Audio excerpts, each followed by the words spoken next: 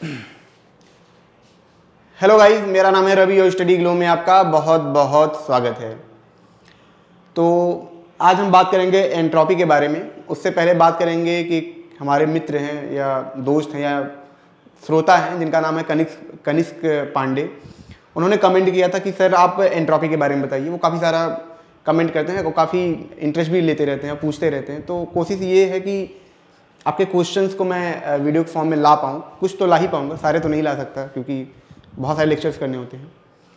तो उन्होंने बोला था कि सर हॉकिंग रेडिएशन के बारे में बताइए कि हॉकिंग रेडिएशन क्या होता है, कैसे ब्लैक होल होता है, वो कैसे रेडिएट करता है, कैसे रेडिएशन इमिट करता है। जबकि बोला ये जाता है कि ब्लैक होल क्या करता है कि किरणों को भी वो सोख लेता है, खा लेता है, मतलब निगल जाता है ग्रेविटी की वजह से।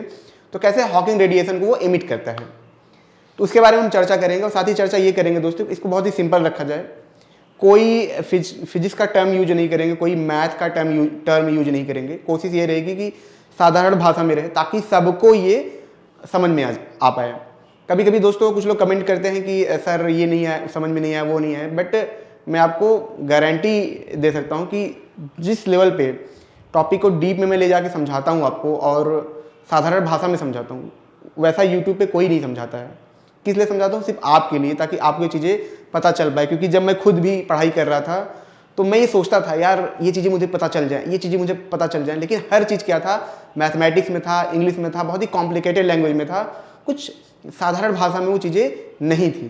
तो ये चीज़ें मैं आपको दे रहा हूँ। कोशिश यही है कि मैं ये चीज़ें मैं आपको समझा पाऊँ। कोशिश तो मेरी यही रहती है और बाकी लोगों से तो बेटर ही मुझे लगता है ऐसा हम कर पा रहे हैं। ठीक है, तो बात करेंगे ब्लैक होल के बारे में और हॉकिंग रेडिएशन के बारे में। देखिए मैं आपको बता दूं दोस्तों, जब पहले क्या था कि जब ब्लैक होल को खोजा गया, ब्लैक होल के बारे में जब मैथमेटिकल प्रूफ मिला, तो उस वक्त क्या था कि ब्लैक होल को बस ये माना जाता था कि ब्लैक होल क्या है, एक ब्लैक बॉडी है। ब्लैक बॉडी मतलब जो चीज़ें सक कर ले, रेडिएट ना करे। ठीक है, मतलब पूरा उसके अंदर से लाइट आए बट वो रेडिएट ना करे। तो इसी वजह से इसका नाम रखा गया ब्लैक होल। मतलब एक ऐसा छिद्र है जो स्पेस में रहता है, जो क्या करता है, रेडिएशन को इमिट कर लेता है, खा लेता है। ठीक है, उसको खत्म कर देता है।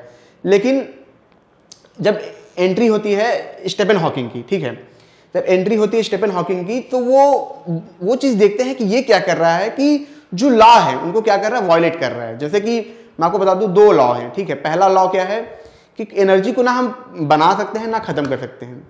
दूसरा लॉ क्या है, जो क्वांटम मैकेनिक्स में जो साइंटिस्ट होते हैं, जो छोटे कण के बारे में जब अध्ययन किया जाता है उसमें जो साइंटिस्ट होते हैं वो बोलते हैं कि जो क्वांटम इंफॉर्मेशन है, इंफॉर्मेशन का मतलब क्या है, जैसे कोई पार्टिकल है, ठीक है, मान लीजिए लाइट है, उसकी जो यूनिट है, उसकी जो लेंथ है, उसकी जो एनर्जी है, मतलब उसका जो इंफॉर्मेशन है, उसका जो डीएनए है, ठीक है, वो कभी खत्म नहीं हो सकता। वो हमेशा यूनिवर्स में रहेगा, एग्जिस्ट करेगा। लेकिन जो ब्लैक होल की थ्योरी थी उस टाइम पे, क्या था कि उसमें सिर्फ सिंपल सा था कि ब्लैक होल के अंदर कोई चीज गई वो खत्म, उसका अस्तित्व नहीं है, वो खत्म। एंट्री होती है स्टीफन हॉकिंग की। स्टीफन हॉकिंग अध्ययन कर रहे होते हैं, पढ़ाई कर रहे होते हैं, तो वहां पे वो देखते हैं कि जो ब्लैक होल है वो क्या कर रहा है कि सेकंड लॉ ऑफ थर्मोडायनेमिक्स है उनको वायलेट कर रहा है। मतलब ये एनर्जी खा तो ले रहा है, ठीक है, खा ले रहा है, पर क्या हो रहा है कि इसका एंट्रोपी नहीं बढ़ रही है। अच्छा, एंट्रोपी को हटा देते हैं, इस बारे में चर्चा ही नहीं करेंगे, सिंपल कॉन्सेप्ट पे आएंगे कि ये एनर्जी को तो खा ले रहा है, बट क्या ये सच में पॉसिबल है, ये सेकेंड लॉ को वायलेट कर रहा है, ऐसा तो नहीं हो सकता। तो फिर यहाँ पे क्या होता है कि स्टीफन हॉकिंग पढ़ाई कर रहे होते हैं, मतलब अपना अध्ययन कर रहे होते हैं और काम कर रहे होते हैं। ठीक है, तो वो फिर सोचते हैं कि ब्लैक होल को ऐसा बनाया जाए कि ब्लैक होल सिर्फ खाने वाला ना हो, निगलने वाला भी हो, मतलब रेडिएट भी करता हो। तभी तो जो सेकेंड लॉ ऑफ थर्मोडायनेमिक्स है वो क्या होगा, सेटिस्फाइड हो पाएगा, एंट्रोपी की थ्योरी सेटिस्फाइड हो पाएगी। वो क्या है उसके बारे में मत सोचिए, आपको बस हॉकिंग रेडिएशन समझना है वो क्या है। तो जैसा कि मैं आपको बता दूं, जब कोई तारा जो होता है, जो सन होता है, ठीक है, जब उसका फ्यूल खत्म होने लगता है, मतलब जब वो धीरे धीरे पुराना होने लगता है, तो धीरे धीरे क्या होता है, ग्रेविटी और ऊपर से जो प्रेशर होता है इतना बढ़ जाता है कि वो सिकुड़ जाता है, उसका डेंसिटी इतनी बढ़ जाती है कि क्या होता है कि बहुत ही छोटे पार्टिकल में बदल जाता है और उसकी ग्रेविटी बहुत ज्यादा बढ़ जाती है, जिसकी वजह से क्या होता है, वो ब्लैक होल बन जाता है। ठीक है, जैसा कि आप यहाँ पे देख रहे हैं, हालांकि ब्लैक होल की जो साइज होती है वो होती नहीं है, बहुत ही छोटी होती है, बहुत ही नेग्लेक्ट होती है। और इसके चारों तरफ ये जो बाउंड्री देख रहे हैं, ये क्या है, होराइजन है, मतलब एक ऐसा एरिया है जहां पे इसके बाद जब कोई गया तो गया, बच नहीं सकता। जैसे होता है ना कि भाई अपुन का एरिया है, आना मत इधर फोड़ डालेंगे, ऐसा होता है ना कि अपने एरिया में आओगे तो खत्म, मतलब बच नहीं सकते। वैसे ये ब्लैक होल का क्या है, होराइजन जिसको बोलते हैं, इसका एरिया है, इसके पास अगर लाइट भी आई वो बच नहीं सकती है। तो स्टीफन हॉकिंग सोचते रहते हैं, उनके दिमाग में एक कॉन्सेप्ट आता है कि हमारा जो यूनिवर्स है वो क्या है, यूनिवर्स वो खाली नहीं है। ठीक है, मैं आपको बताता हूं, एक सेकेंड, कहां गया यार। वो बोलते हैं कि हमारा जो यूनिवर्स है वो खाली नहीं है। वो बोलते हैं कि हमारा जो खाली स्पेस है उसमें क्या हो रहा है कि पार्टिकल, जैसे जीरो है यहाँ पे, यहाँ से पार्टिकल पैदा हो रहा है, ठीक है, और जाके इसमें मिल जा रहा है। मतलब एक प्लस है एक माइनस है, और जो दोनों मिल जाते हैं तो क्या हो जाता है, फिर से जीरो हो रहा है। मतलब जीरो से पैदा हो रहा है, जीरो में मिल जा रहा है।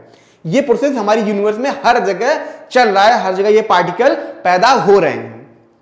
ठीक है, इसको आप ऐसे समझिए कि मान लीजिए जीरो है, जीरो को कैसे लिख सकते हैं, +1 -1 = 0।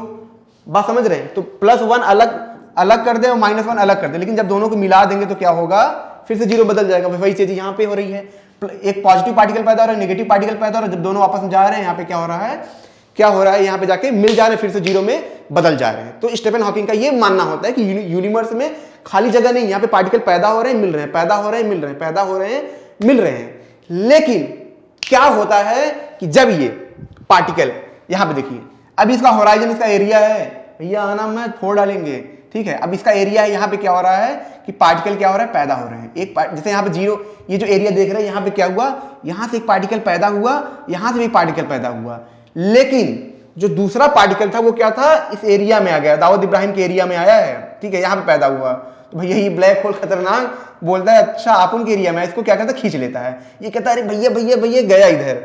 अब ये क्या है, तो बेचारा अकेला बचता है। तो ये जो अकेला बचता है ये क्या है, इसकी भी स्पीड ऑफ लाइट के आसपास है, ठीक है। तो ये जो लाइट होती है, ये जो पार्टिकल होता है, ये क्या करता है, निकल जाता है, ऐसे बाहर निकल जाता है, यहाँ पे आता है। तो ऐसे हर पॉइंट पे इसके हो रहा है, हर जगह पे क्या हो रहा है, ऐसे ऐसे पेयर में बन रहे हैं, पेयर में बन रहे हैं, पेयर में बन रहे हैं, पेयर में बन रहे हैं, पेयर में बन रहे हैं, पेयर में बन रहे हैं, ठीक है, हर जगह पेयर में बन रहे हैं। लेकिन जो इसके पास में आ जाता है, जो इसके रेंज में आ रहा है वो अंदर चला जा रहा है, और जो बच रहा है वो बाहर आ जा रहा है। इससे क्या होता है कि हॉकिंग ने बोला कि ब्लैक होल क्या कर रहा है, रेडिएशन इमिट कर रहा है अपने चारों तरफ भैया भयंकर रेडिएशन इमिट कर रहा है। और पहली बार स्टीफन हॉकिंग बताते हैं कि ब्लैक होल रेडिएशन इमिट भी करता है, सिर्फ खाता नहीं है। और उसके अनुसार वो क्या करते हैं, जो सेकेंड लॉ ऑफ थर्मोडायनेमिक्स होती है, जिसके बारे में आपको सोचने की जरूरत नहीं है, हॉकिंग रेडिएशन यही है। मैं तो बस वैसे बता रहा हूं, जो फिजिक्स के स्टूडेंट उनको भी थोड़ा हेल्प मिलेगा कि उसको भी सेटिस्फाइड ये कर पाते हैं। और इस तरीके से हॉकिंग रेडिएशन की थ्योरेटिकल खोज होती है, प्रैक्टिकल नहीं। 2008 में नासा ने इसके ऊपर काम किया और उन्होंने खोजना इस पर जारी किया। 2-3 एक्सपेरिमेंट हुए, पर अभी तक कोई भी एविडेंस हॉकिंग रेडिएशन पे नहीं मिला है। पर वैज्ञानिक ये मानते हैं कि स्टीफन हॉकिंग की जो थ्योरी है वो काफी हद तक सही है। ठीक है दोस्तों, तो विज्ञान की दुनिया में ये होता है। आप जरा सोचिए कि जो थ्योरी हम आप पढ़ते हैं, ऐसे फार्मूला E=mc² मिल गया, हमने पढ़ लिया, सोचिए उस पर एक इंसान अपना पूरा जीवन लगा देता है, तब जाके वो चीजें हमको मिलती है। हमको लगता है ना ये फार्मूला है, बहुत मेहनत उसके पीछे होती है, बहुत ज्यादा, पूरा जीवन। जो स्टीफन हॉकिंग का पूरा जीवन निकल गया, क्या पता इसके बारे में हमको फ्यूचर में पता चले, लेकिन वो तो पूरी लाइफ उन्होंने लगा दी, तो ये चीजें हमको मिलती है। तो ये छोटा सा स्टीफन हॉकिंग पे कॉन्सेप्ट था, ब्रीफ में मैं नहीं ला सकता क्योंकि मैं चाहता हूँ सबको इस बारे में पता चले, इस वजह से मैं इसको थ्योरेटिकली बहुत ही हिंदी भाषा में रखता हूँ। कभी हम ब्रीफ में भी इसके ऊपर लेक्चर लाएंगे। तो दोस्तों ये छोटा सा लेक्चर था, इसको कमेंट करें, लाइक करें, शेयर जरूर करें ताकि और भी लोगों को इसके बारे में पता चले। मिलते हैं नेक्स्ट लेक्चर में। Thank you so much.